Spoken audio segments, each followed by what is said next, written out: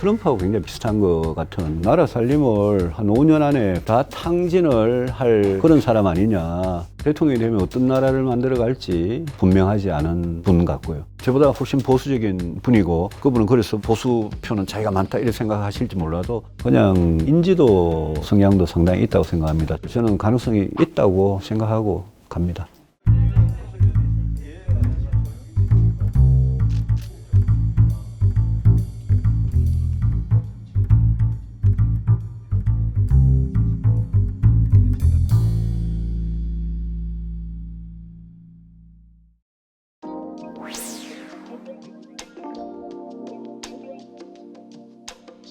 저는 노무현 대통령에 대해서 인간적으로 굉장히 좀 좋아하는 편이에요. 그분 일단 되게 솔직하고요. 당당하고요. 그분이 뭐 한미 FTA나 이라크 파병이나 제주 해군 기지나 이런 거 하실 때 보면 자기 지지층을 어떻게 보면 배신하다시피 하면서 국가적으로 이건 옳다 생각하고 했잖아요. 그분 그렇죠. 평검사들 모아놓고 검사와의 대화할 때 기억나세요? 그때 저는 그 정권을 잃고 대선에서 지고 노무현 대통령 무지 싫어할 텐데 그분은 검찰 개혁에 대해서도 검찰에서 손 뗐잖아요. 네. 그분은 그 믿음이 있잖아요. 네. 검찰에서 손 떼고 검찰 스스로 개혁하고 하는 게 개혁이다라고 생각했잖아요. 지금 문재인 대통령은 노무현 대통령하고 너무나 다른 사람이에요. 비겁하고 위선적이고 숨고 무능하고. 예? 대통령이 비겁하죠. 왜냐하면 검찰총장은 대통령이 임명한 사람이거든요. 근데 만약 대통령이 검찰총장 임기 2년을 안 지키면 어떻게 되느냐. 지금도 오늘이라도 해임하면 돼요. 해임하되 이 2년이라는 보장된 임기를 안 지킨 정치적인 책임, 그거는 문재인 대통령이 지면 되는 거예요. 내가 들어보니까 이거는 검찰총장으로서 임무를 더 이상 수행하기 힘들다고 생각하고 임기는 2년으로 법에 되어 있지만 나는 오늘자로 해임한다. 이 모든 책임은 내가 지겠다.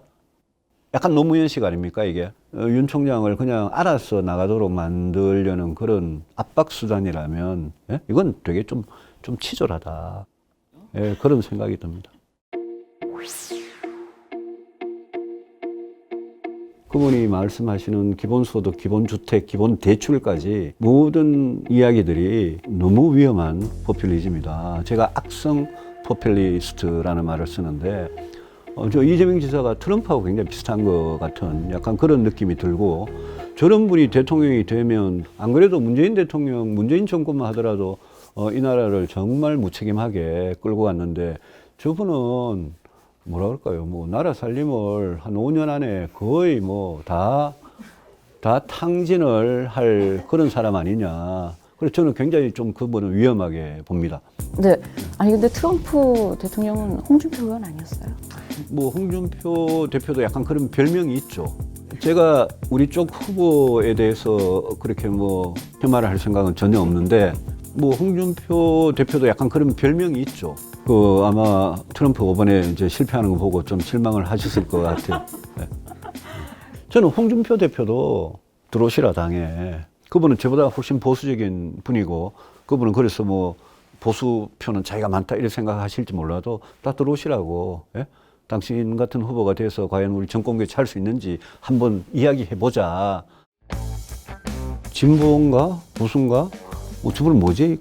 대통령이 되면 어떤 나라를 만들어 갈지가 분명하지 않은 분 같고요. 저분이 평소에 생각하던 게 뭐지? 생각이라는 게 굉장히 오랜 기간 동안 고민을 해서 정치를 하는 사람이 내가 대통령이 되면 난 이런 나라 만들겠다라는 게 있어야 되는데 그분한테는 뭐 저분이 뭐 어떤 나라를 만들겠다는 거지? 저분은 뭐 성향이 진보인가 보수인가?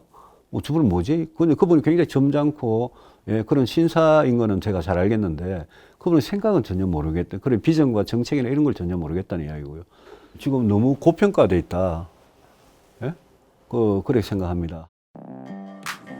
검찰총장은 법무부 장관의 부하가 아닙니다.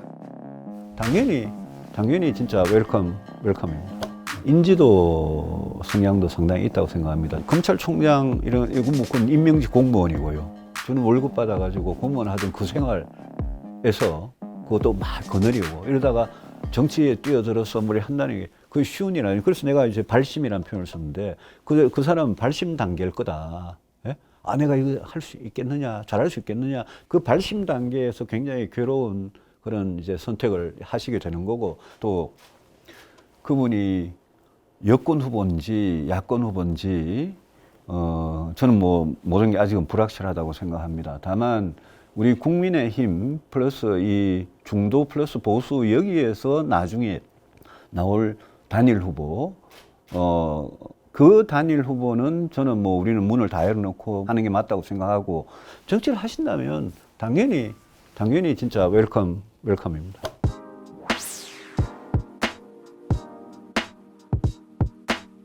경제 행보를 좀 많이 하려고 합니다. 여기도 보시면 결국은 경제다 이래가지고 뭐 더 나은 세상을 향한 희망을 이렇게 적어놓고 시작을 하는데, 이 장소에서 첫 토론회도 부동산으로 했고요.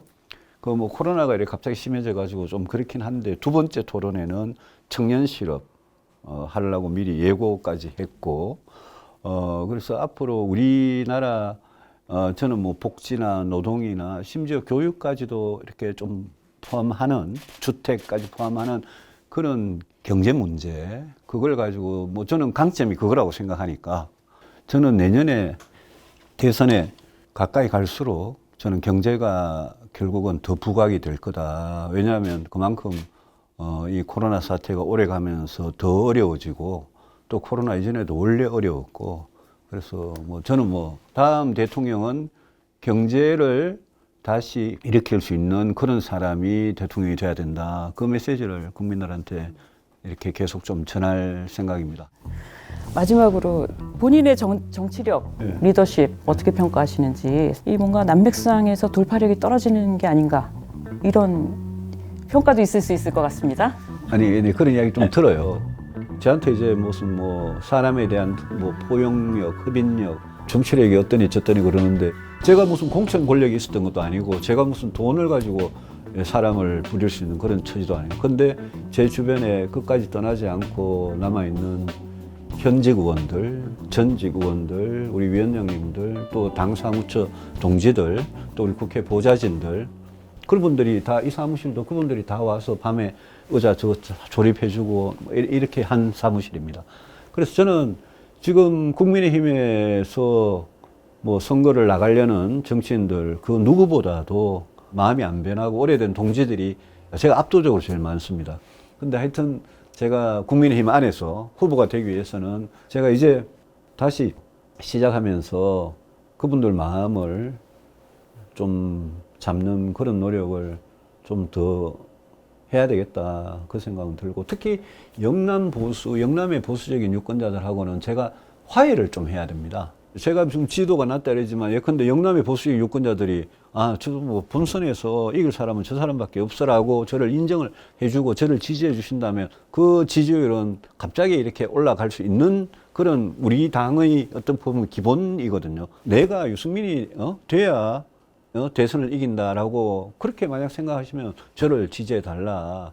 저는 그런 진짜 탄핵의 양을 건너고 과거를 잊고, 예? 과거 미래를 위해서 화해를 할 생각을 하고 있고, 제가 만약 대구든 부산이든 만약 간다면 저는 그런 메시지를 갖고 갈 겁니다. 그거를 저는 가능성이 저는 있다고 생각하고 갑니다. 몇 년 만에 저게 무슨 진보냐, 저렇게 타락한 진보가 무슨 진보란 말을 어떻게 쓰느냐, 이런 생각이 들 정도로, 예? 저는